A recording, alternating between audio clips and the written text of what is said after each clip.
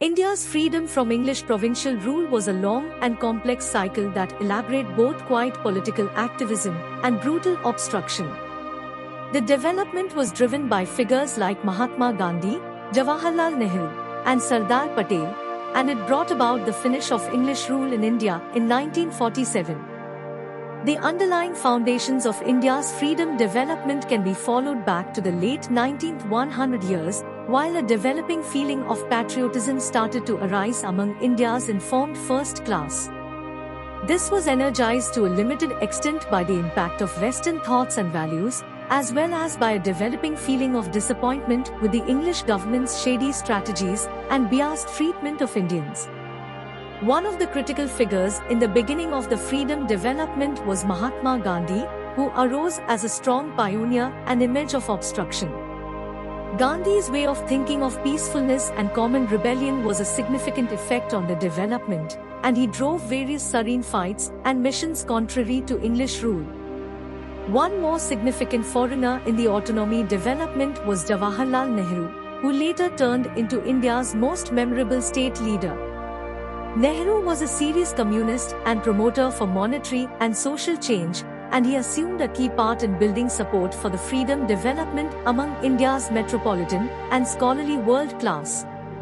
The Indian Public Congress, which was established in 1885, was the super political association that united India's assorted gatherings to battle for autonomy. It was driven by figures like Mahatma Gandhi, Jawaharlal Nehru, Sardar Patel, and Maulana Abul Kalam Azad. Notwithstanding the tranquil political activism drove by figures, for example, Gandhi, there were likewise brutal obstruction developments that looked to oust English rule through equipped battle. These developments were driven by figures, for example, Subhas Chandra Bose, who looked for help from Nazi Germany and magnificent Japan. As the autonomy development picked up speed during the 1940s as the English government started to think about conceding India self-rule. Discussions between English pioneers and Indian delegates at last prompted the withdrawal of English soldiers from India and the parcel of the country into two separate states, Hindu greater part India and Muslim larger part Pakistan. On 15 August 1947, India at last accomplished autonomy from English pilgrim rule. It was a hard-won triumph that had been accomplished through the enthusiastic endeavors of millions of Indians, and it denoted the start of another time in the nation's set of experiences. Be that as it may, the parcel of the nation prompted far-reaching brutality and removal of individuals, with an expected 14 million Hindus, Muslims, and Sikhs being compelled to escape their homes.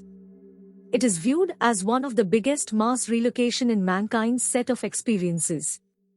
Soon after freedom, India confronted various difficulties as it attempted to construct another country.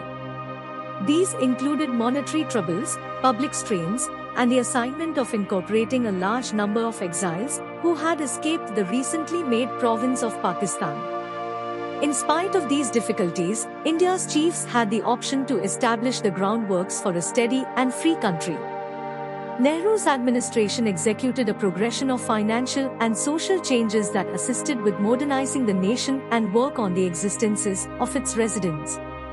India's freedom was a defining moment in its set of experiences, denoting the finish of hundreds of years of English rule and the start of another period for the country. The battle for autonomy was a long and complex one, including both tranquil political activism and fierce obstruction, yet it at last prompted the making of a free and autonomous India. All it's critical to take note of that the tradition of the Indian freedom development keeps on molding the nation's governmental issues and society right up to the present day. The nation actually faces various continuous difficulties as it attempts to fabricate an all the more an equivalent society for its residents.